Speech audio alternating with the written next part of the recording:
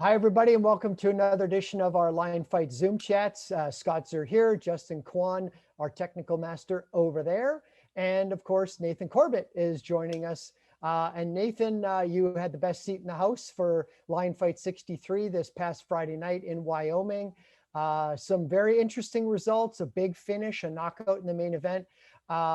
Without going through every single fight, let's maybe start with your best performance of the night. How about that?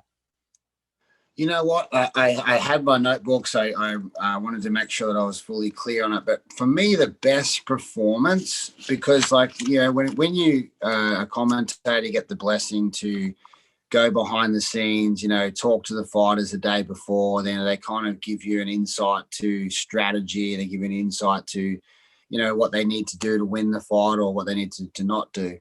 And so when you go back and then you watch the fight and then all of a sudden you look at the notes and you see what they're doing and you see sometimes they don't live up to what they say and sometimes they do. So one of the fights that impressed me the most was Dan Wilson when he fought Eldo, because, he hadn't fought since 2018.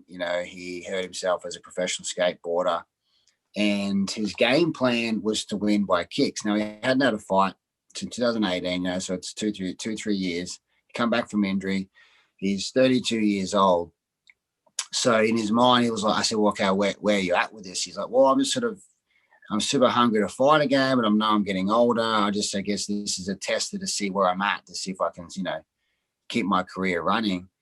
And he just lived up to everything he said on the interview pre-fight about using his kicks to win, and he absolutely chopped young Dudo's legs up for the whole 5 rounds and just stayed calm, circled, chopped inside, chopped outside, chopped the left leg. Dudo would change to southpaw, he'd chop the other side. He just kept that pace up for the whole 5 rounds. So I was just impressed with that, because that was where he wanted to be. And I know for a fact after that win, he would have gone back home thinking, yeah, I've got this still. I could definitely sign up for another fight. I wanted to also ask you about the other Dudo fight. We had an Eldo against Javier Zamora.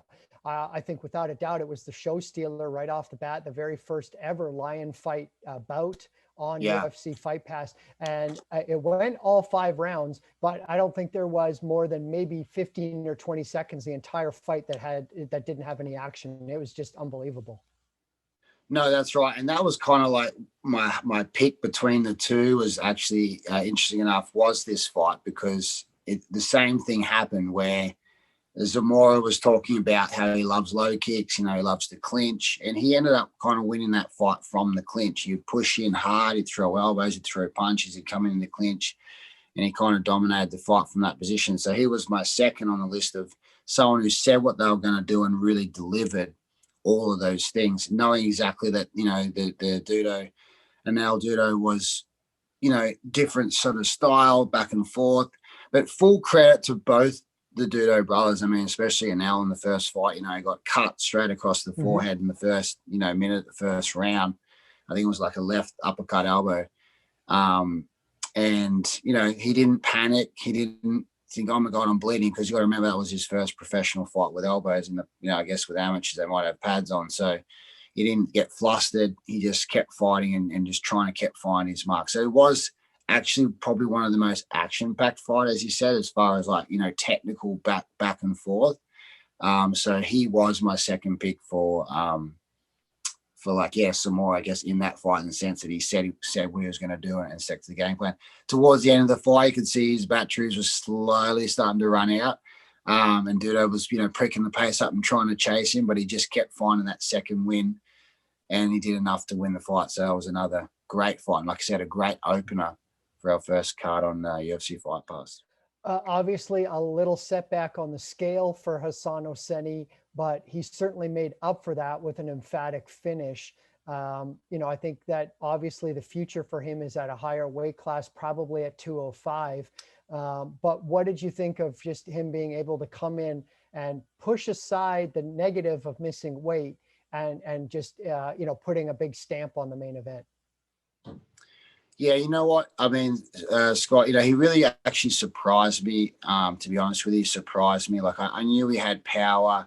I knew he was heavy set. Like I said, he'd drop 50 pounds. He'd come down from a heavyweight. And I always said that, he's going to bring that power with him to that lighter division.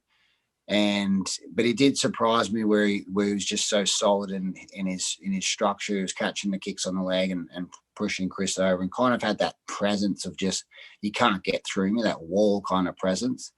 And then obviously, the fight finished early with a couple of big bombs, but he clipped Chris with the left hook first, which kind of stunned him, and then eventually that overhand right. Right. That tagged him, and as you saw, Chris's face was pretty messed up after the fight. He's in good spirits now, but he surprised me. He did. I actually had a talk to Hasan after the fight, and I said, look, pick a weight division and stick at it. Don't let yourself get 50 pounds overweight and then have to come down and fight. Pick a weight division. If it's 190, if it's 205, and just stick to that one division. And just work hard. Don't allow yourself to be going up and down, up and down, and fluctuating outside of your weight. Just be ready, be fit, pick one division and go and own that one division. Well, we had a chance to talk to his manager and coach after the event, the next day, and spoke about probably fighting at that 205, the super cruiserweight rank, and they really seem to react to that. So I think your words there are prophetic, because it's like, they know that they've got something really good there with Hasan, but let's make sure that his body matches the opportunity that he's going to get. That's right. And I said to him, look, you're only 2 pounds off 190. You could easily make 190 if you looked after yourself, in between fights. If 205 is going to be better for his performance, I think he has the power and the ability to fight at that weight. So it's not going to be an issue. So he's just going to have to make those decisions. I feel like he needs to stick to one weight class. It's good. I won world titles over 3 weight classes, but it wasn't like I just did it in 1 year. I sort of won one division. I kept building my body, building body mass. I went up, for 5 years in another weight, then slowly went up to another weight over like a 10, 13-year period. So then I slowly went up and won 3 world titles in 3 different weight divisions. But while he's at that perfect age, he's young enough to just go, okay, I want to dominate this one division. And then as he ages, if it's struggling to put on weight, he can step up to the extra weight then. I wanted to get a quick synopsis from you on a couple of the other fights. The first one, Natalie Morgan defeating Candice Mitchell and probably setting up a clash between her and Whitney Tobin for the North American belt. And then also a quick thought on Washington Dos Santos, who went through, pretty well dominated his fight against Laurenti Nelson. Nelson's just a tough guy to get out of there. But Dos Santos, I think, kind of proved the point that, at 175, he's going to be a factor. Yeah, exactly. Washington, that 175 is where it's at for him. He did say that the 163 or 165 that he went down to when he fought Magnus was just a little bit too low a cut for him. Some fighters just say that, because they lost the fight, but it's not actually true. But you could tell for him, he's a big man. He walks around at 205. So for him getting down to even the 175 is still a fair cut. But it suited his body well. He had the power, he had the range. He did mention how he was working a little bit more on his clinch and his elbow range, which showed in the fight. And in the commentary, for those who listened to it, the only concern I had for him was, carrying his hands a little low in the heated exchanges, because as we know, those bombs were coming left, they were coming right from Nelson. So he could have got tagged. He didn't. I didn't want him to lose the fight from an unlucky punch, because I thought he'd done enough. He really deserved that win. I didn't want to see him, get caught in that later rounds just from a glitch in the guard. But he made it through. He extremely did well. So that was great. Natalie Morgan, Candice Mitchell fight. Candice surprised me as well. Like she started off real fast. She had a great engine on her the whole way through the fight, but then the first few rounds she almost dominated Natalie, I guess, with clinching her and outworking her. But then Natalie just grinded her way into a win and ended up doing a lot of sweeps, a lot of dumps, some great knee work. Trying to land those punches on her way in as well. So that was a very close fight. I said to the judges, I would hate to be the judge here judging that fight, because it's so hard to pull them apart. But Natalie did a great job to come forward. So it'll be a nice title fight in the near future for her. And a quick point on the judging in that fight, both coaches for both fighters were dismayed that their fighter got one judge's verdict 49-46. They said there was no way either fighter deserved a 49-46 on that fight. And I think that's very true. It was probably a 48-47 fight across the board. Yeah, that's right. Look, someone had to win at the end of the day, and it was Natalie this time around. So, as always, Candice Mitchell, big smile on her face. She's always smiling. So I'm sure she'll be back and bounce back in the future again. And speaking of bouncing back in the future, we are less than a month until the next line fight. Line fight 64, March 12th, will be in Kansas. We're expecting a big crowd in Hutchinson, Kansas. Ticket sales are going great already for that event. Wanted to touch base with you, Nathan, on a couple of interesting fights on that card. It's the road to the first ever Lion Fight North American heavyweight title. We're going to have Warren Thompson against Cody East in one semifinal, Terrence Hodges against Joe Stripling in the other semifinal. They will meet later on for the championship. You haven't seen Warren Thompson for a while. Terrence Hodges is new to the organization, but you have seen Joe Stripling twice and you have seen Cody East fight. Maybe just from the perspective of those two fighters, who of course fought each other in just a scintillating battle. How cool is it going to be to have a heavyweight Muay Thai championship tournament?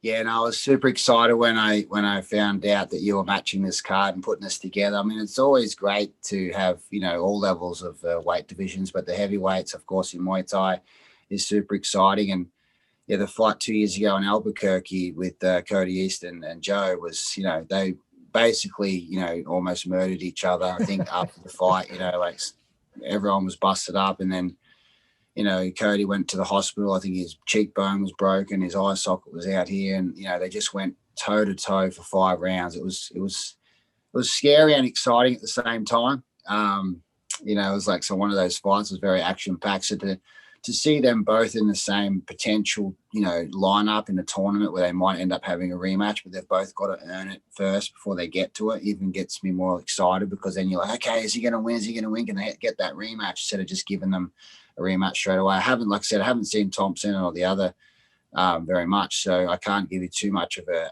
prediction on that, but I will be doing a lot more research over this next 4 weeks and checking out their styles. I know they're, big bangers. So it's just really great for our event to have a 4-man, kind of like a 4-man tournament, in the sense that, the 4-man will end up being 2 and end up being 1 over the coming few months. And we had the fun little tagline that goes with it. It's 1,500 pounds of Muay Thai madness, because the main event will be a super cruiserweight fight. So it's darn close to truly being about 1,500 pounds of Muay Thai beef in there. So fittingly, it's going to be in Kansas. So I think it should be a night of, most likely, I mean, it's hard to predict a little bit, but I think most likely there's going to be some pretty impressive finishes in those fights.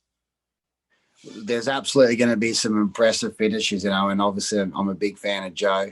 He always comes, he always brings it. It's super exciting to watch him fight. So I'm happy to be able to be ringside again, calling his fights, calling the action. And of course, we, just briefly and quickly, we can't forget, obviously, Steve Walker. Yeah. Is our Lion Fight, world champion, who's actually not only champion, he's defending the North American title on that card. So he's always exciting. He's dynamic. He's one of those opponents that, when I look at fighting again at 205, I'm like, this guy's 205. Like, if he's 205, I need to go down to 190. You know what I mean? He's just a big, tall, strong guy. So it's always entertainment. Well, we will learn more. We'll have a chance to talk to Steve Walker, Joe Stripling, Cody East, and we'll get you introduced to Warren Thompson and Terrence Hodges on these Zoom chats as we get it closer. It's a big card. It's going to be a great card. I think it's going to be a lot of fun. And so those interviews will be coming down the road here very soon on our Lion Fight Zoom chat. So for this edition, we will leave it at that. Thank you, Nathan. Thank you, Justin. And we will talk to everybody very soon.